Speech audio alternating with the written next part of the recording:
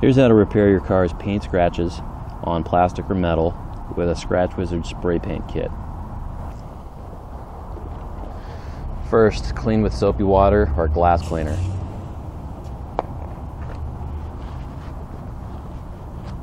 Next, wipe the area down with the supplied wax and grease remover.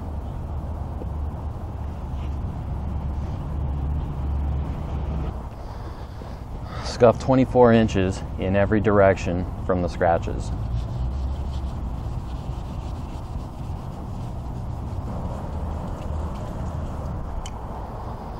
Clean again. Let's apply masking tape around the area that we're going to repair so that it doesn't grow as we sand it. Sand with 220 grit sandpaper. You can wrap your sandpaper around your scuff pad to reduce finger fatigue.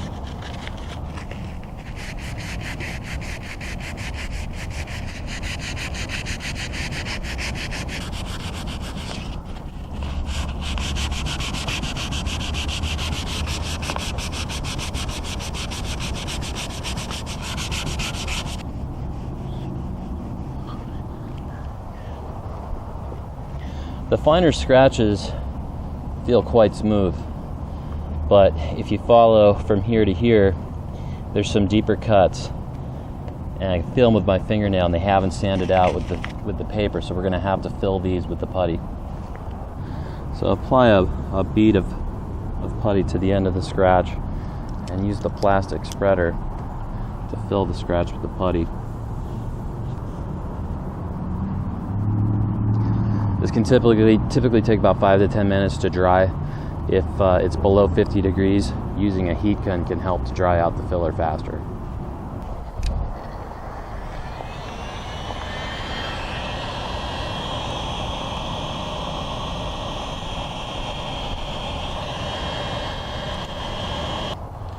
Lightly sand the body filler with 220 grit.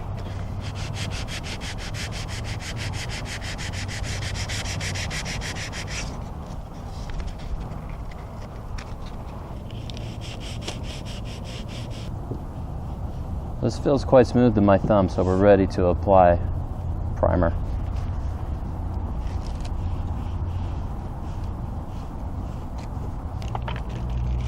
Apply masking paper around the area to prevent primer from landing in areas you don't want it to. Shake your primer can for about 30 seconds and apply 4 light coats of primer.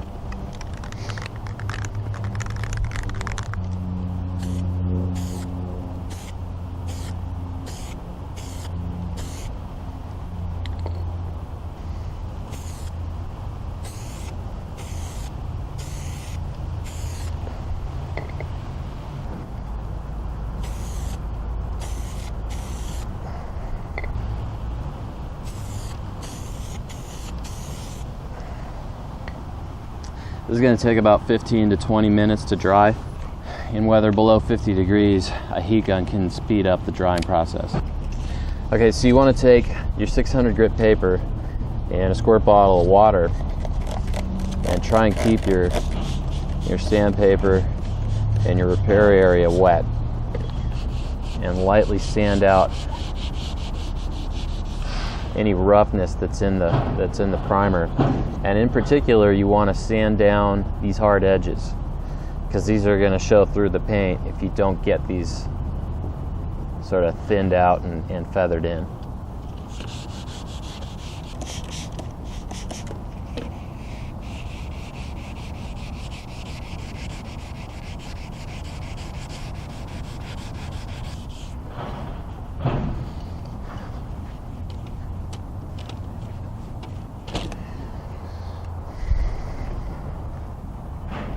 So the primer feels very smooth. There's no hard edges here, and we'll just give it one last cleaning before we get on to applying our base coat paint.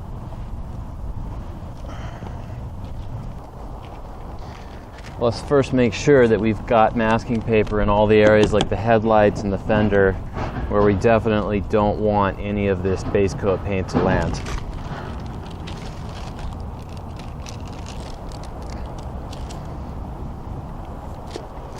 Shake your base coat for about 30 seconds. And spray a piece of cardboard to make sure that your tip is spraying correctly.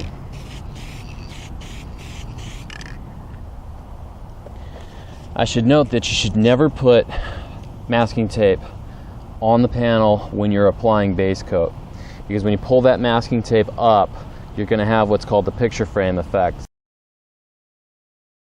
It's going to look terrible. You just want to very gently blend the new paint with the old paint in light coats.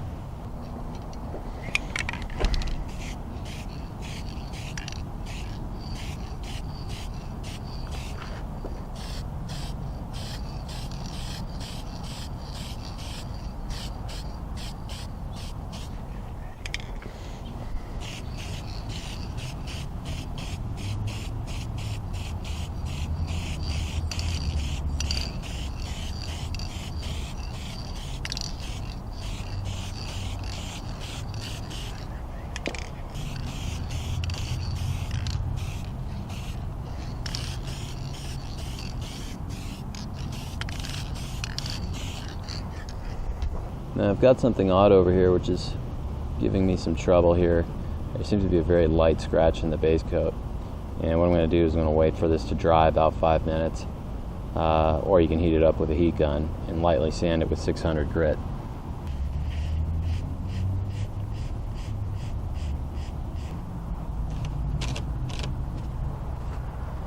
I also have a little bit of fuzz in the area where I applied the primer, and I can just very lightly sand that with 600 grit sandpaper to knock it down.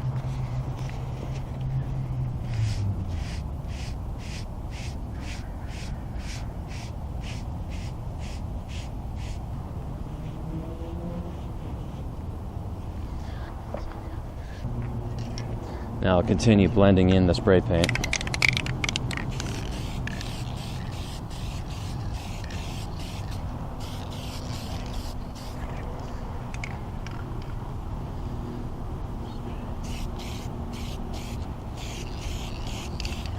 Wait about 10 minutes for the base coat to dry. You can check it with the back of your hand to see if it's dry yet, and this feels pretty good.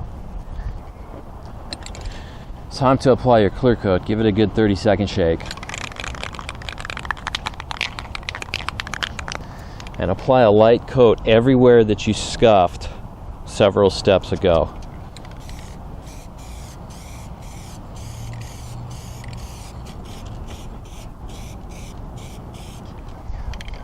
Okay, now without waiting, I'm going to apply a heavier coat. You want to watch for 3 things. First is the distance I hold the can from the car. Second is how I apply the paint in overlapping horizontal stripes. And the third thing is going to be the speed of my hand.